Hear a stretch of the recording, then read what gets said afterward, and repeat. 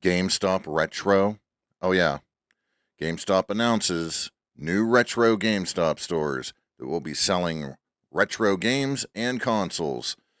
Let's go ahead and dive into this right now, not waste any time. This is coming at you from timeextension.com today. So here we go.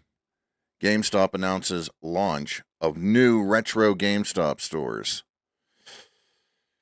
Okay, remember, for years now, they've been accumulating retro game cartridges and things like this through their trade-in program, where you can not only trade it, through online, but you can go into your local stores and trade in any retro game stuff, but they never actually sold it in stores. You could only buy it from their website at the time. Now, they're going to turn these stores into retro GameStop stores. Not all the GameStops. Eventually, I think probably all of them might do this eventually after they see how well this does. But it's just certain ones for now. But let's read this.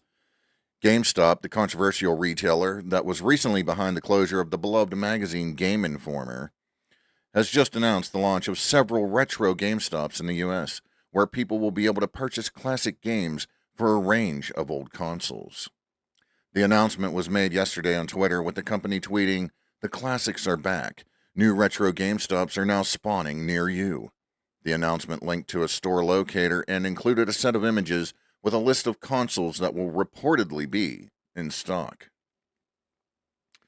The list of platforms includes NES, Super NES, Game Boy Advance, Game Boy, N64, Nintendo DS, Wii, Wii U, Nintendo GameCube, Xbox, Xbox 360, PS1, 2, and 3, PS Vita, Sega Genesis, Sega Saturn, and Sega Dreamcast. So, in other words, there are absolutely no Atari platforms listed at the moment. And there's the tweet right there. That's what they sent out. The classics are back. New retro GameStops are now spawning near you. And like I said, it's not all the GameStops, but they're kind of rolling this out. And I could see probably all of them doing this down the line. We'll see. It goes on and says, for some, the news that GameStop will be stocking retro games will be a promising development, as it represents yet another place to pick up their favorite retro games. But, and this is one of my concerns too, but there are also a lot of reasonable concerns that we expect many people to have. Pricing is an obvious factor, with the retro market currently seeing a lot of retailers, both online and elsewhere, charging ridiculous amounts for older games. However, a bigger issue in our mind is authenticity and whether GameStop will actually put the time into training their staff to recognize fakes that are already widely circulated on the secondhand market. This will be particularly important, as these are not brand new stores, as the announcement implies, but instead existing locations that will carry retro stock. Time will tell whether this is a good thing or not, but it's probably best to approach it with a healthy level of skepticism for now. And let's see, I think that's it for the article. Yep. All right. So, there you go. GameStop Retro. And the concerns are valid.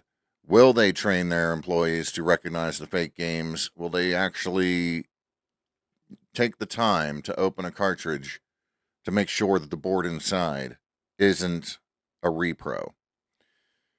It's hard to say. Now, with games that are like, this is just a guess, but with games that are super common, not all that expensive, they're probably not going to. That's just my take on it. But one would hope that if a game walks through the door that's getting traded in, that they would actually take the time to check it if it's one of the games that's of a higher value. If a Dragon Warrior 3 walks through the door for NES, I would hope that they would take the time to actually check it to make sure the board is legit. Or any other games that are out there that have repros. There's some games out there that aren't massively expensive that have repros, but not a whole lot. It's usually just the more expensive ones that have the repros out there. So I would hope they would take the time to make sure everything's good there. But hey, this is GameStop. Who knows with them.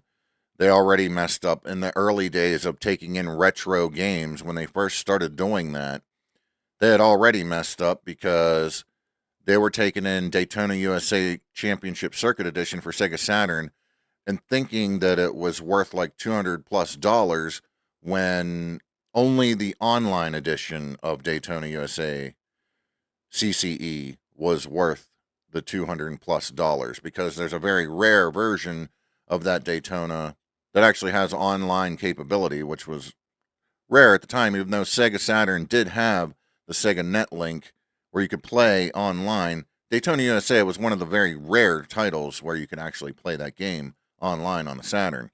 So they were taking it in, and they were taking in the regular copies, thinking that that was the one that was worth the most. Clearly, they didn't know what they were doing. They did eventually fix that problem. Whoever traded them in, made out like a bandit for trading in a basic copy of Daytona USA Championship Circuit Edition and getting like premium price for it. I don't imagine they gave them a ton of money for it, but the fact of the matter is they gave them way more than they should have, and they sold it for way, way, way more than they should have. But luckily, like I said, they did catch on to that relatively quickly and solve that problem. So hopefully they pay attention to what's going on, because I want this to work. All right. Don't get it twisted. GameStop is GameStop. They can be what they are.